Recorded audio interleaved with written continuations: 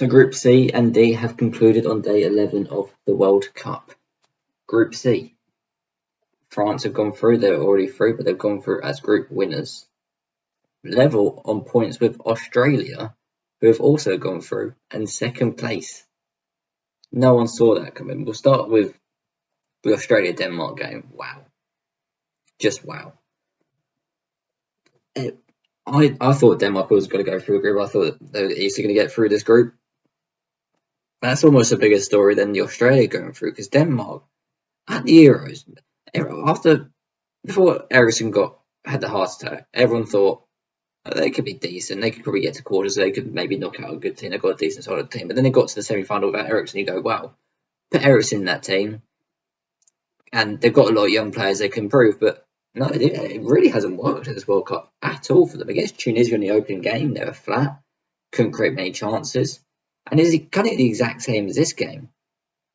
Maybe that is just they just don't have enough creators. They've got Christian Eriksen, one of the best creators in the world, but put him in midfield with Højbjerg and Jensen, put Braithwaite up front, Lindstrom. They're not, and Scott Olsen. They're none of that throwing three creators. They're more goal scorers. Jensen and Højbjerg are more defensive options. So yeah, low blocking them, and they haven't really got many options. It's just Eriksen really, and yeah, they just couldn't get any chances in the 90 minutes.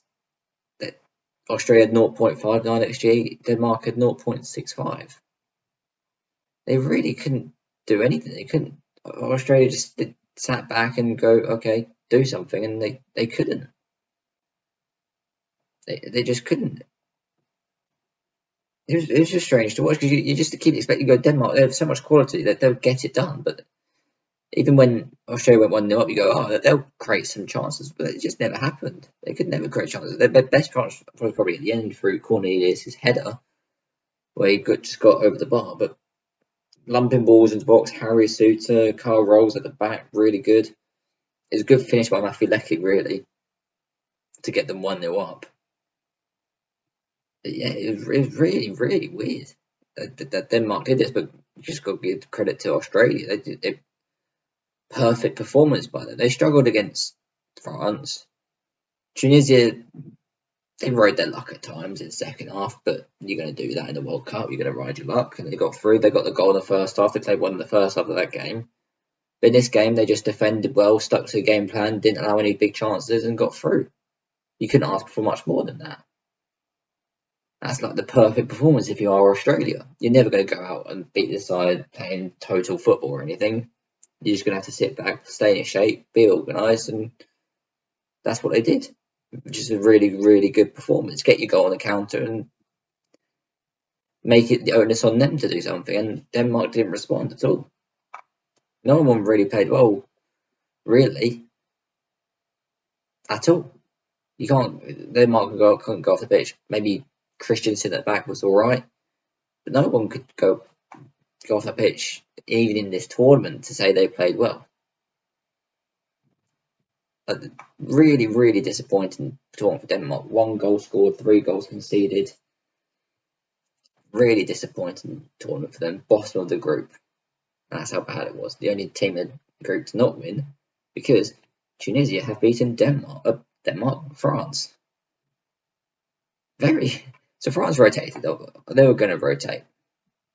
They were playing Camavinga left back, who didn't have he had a bad performance in the first half. He didn't know where he was, but 16 crown jewels won. That's insane.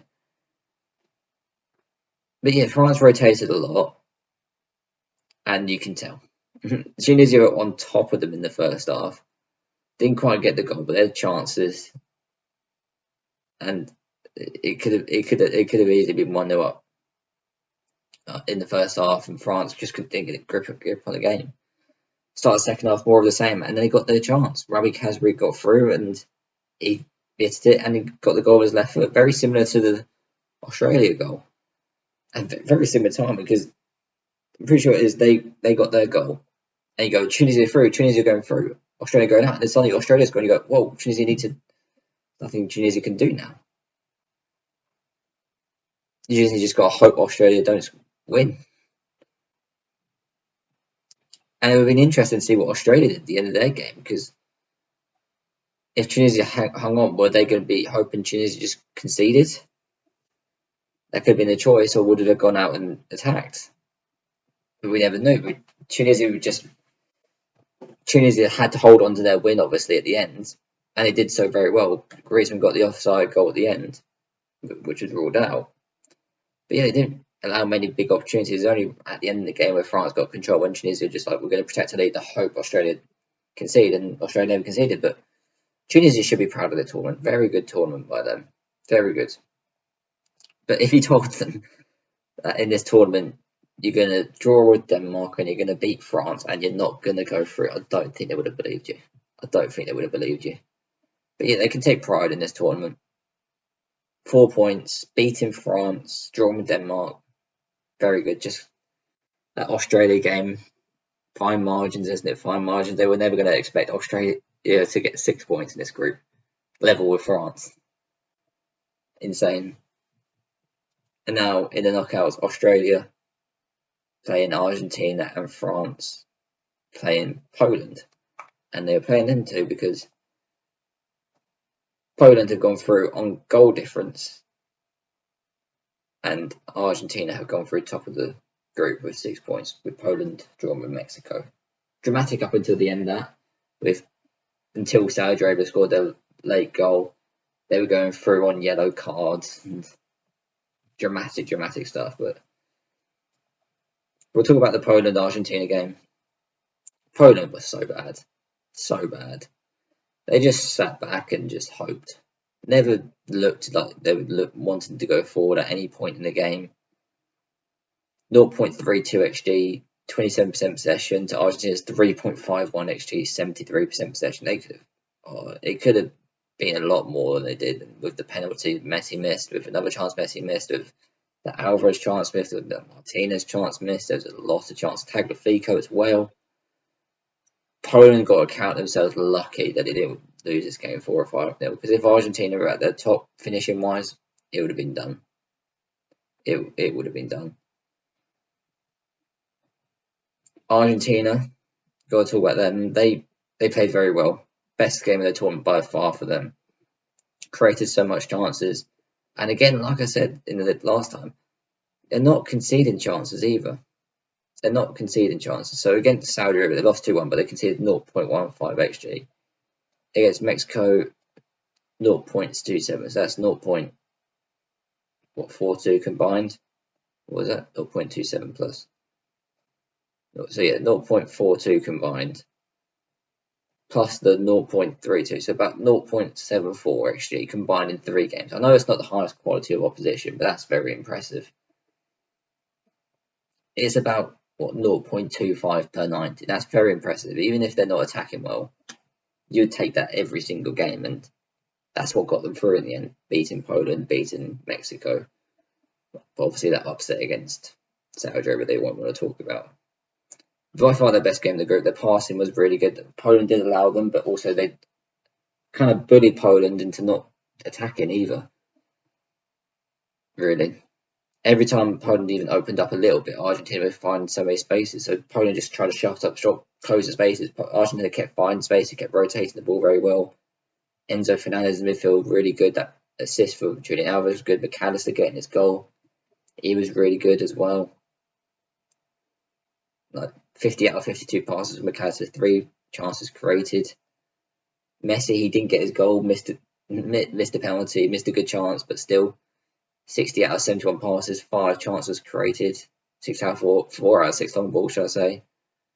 4 out of 6 dribbles, so he always affects the game even when he's not scoring. Just a very good game by Argentina, but if you're Poland, well, even, I'm just say if you're France, you shouldn't be scared of Poland. They were so bad. They were so bad. Maybe they might not play like that but they probably will. They played like this against Mexico. They came out a little bit against Saudi Arabia.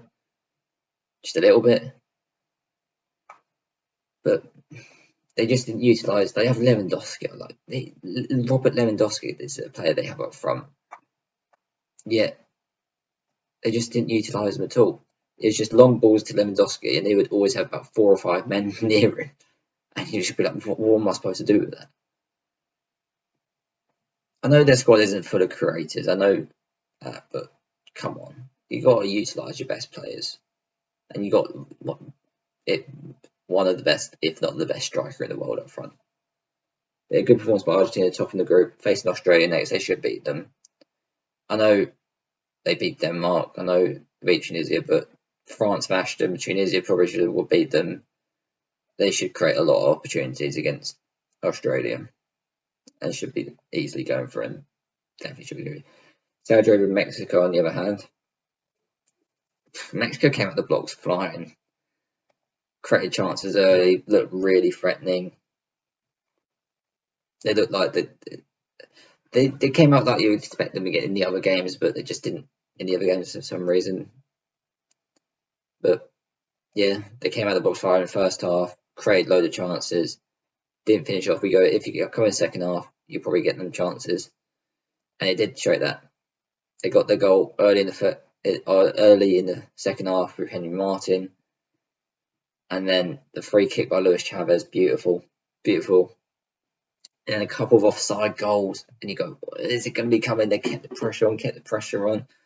Saudi were just sitting back, allowing pressure until the 95th minute, where they did get their counter attack, and Al-Jaswiri gets his goal, and that just knocked Mexico out. They were going to go out on yellow cards, having 7 yellow cards to Poland's 4. But yeah, awful way to go out after having so many attacks, having so many chances to score.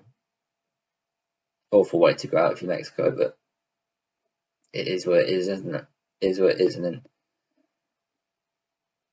look at the knockout rounds now. Poland versus France. France, like I said before, I know their performance against Tunisia wasn't great, but that's heavily rotated side. Their performances against Denmark, they showed real quality against them. Same against Australia. They shouldn't be worried about Poland. Look what Argentina did to them. They probably can easily do the exact same, if not more. Especially, maybe a lot more, because they have just a lot more quality than Argentina. Especially in that forward line.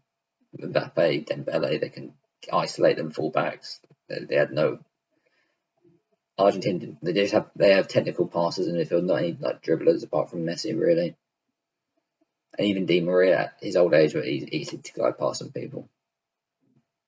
In Argentina versus Australia, like I said before, Australia gave up a lot of chances against Tunisia, gave up a lot of chances against France. They should be able to beat them. I think they showed today what we thought we were going to see from Argentina at the start of the tournament, and that was very impressive. But Australia have shown they can get some goals. They scored in every one of their games, including against France, getting the goals against Denmark, getting the goals against Tunisia. Argentina show they don't give away many chances, but Australia don't make chances themselves, but they're taking their chances when they're getting them. So that could be something maybe, but probably not. Tomorrow's games, we're sealing up Group E and Group F. Costa Rica, Germany, and Japan, Spain. Going to be interested in that group because Germany have to win. Costa Rica are probably going to sit back like they've done every single game so far. Spain were absolutely able to destroy them. Japan, not so much. They scored their only chance against Japan, but I don't think they'll do anything. Germany are probably going to win that easily, probably. They've had one chance to score this whole tournament. They took it, really. So Germany will probably smash them. And Japan, Spain, I expect Spain to win, so I expect Spain and Germany to get out of this group, even though Germany have been pretty bad so far. In Group F, big game for Belgium. They have to beat Croatia, unless Canada beat Morocco by a few goals and they draw with Croatia. But you're not going to hang your hat on that, are you? But yeah, Belgium looks so bad this tournament that there's loads of reports of falling outs with everybody, but yeah, I think they'll probably go out. I think they'll probably draw with Croatia, and then I think Morocco will probably beat Canada. Yeah, big games. Morocco, big game to get through. Canada out, so maybe let's shackles off a bit, but maybe not. We'll see. But yeah, thanks for watching. Leave your thoughts on all the games in the comments below, and see you tomorrow. Bye.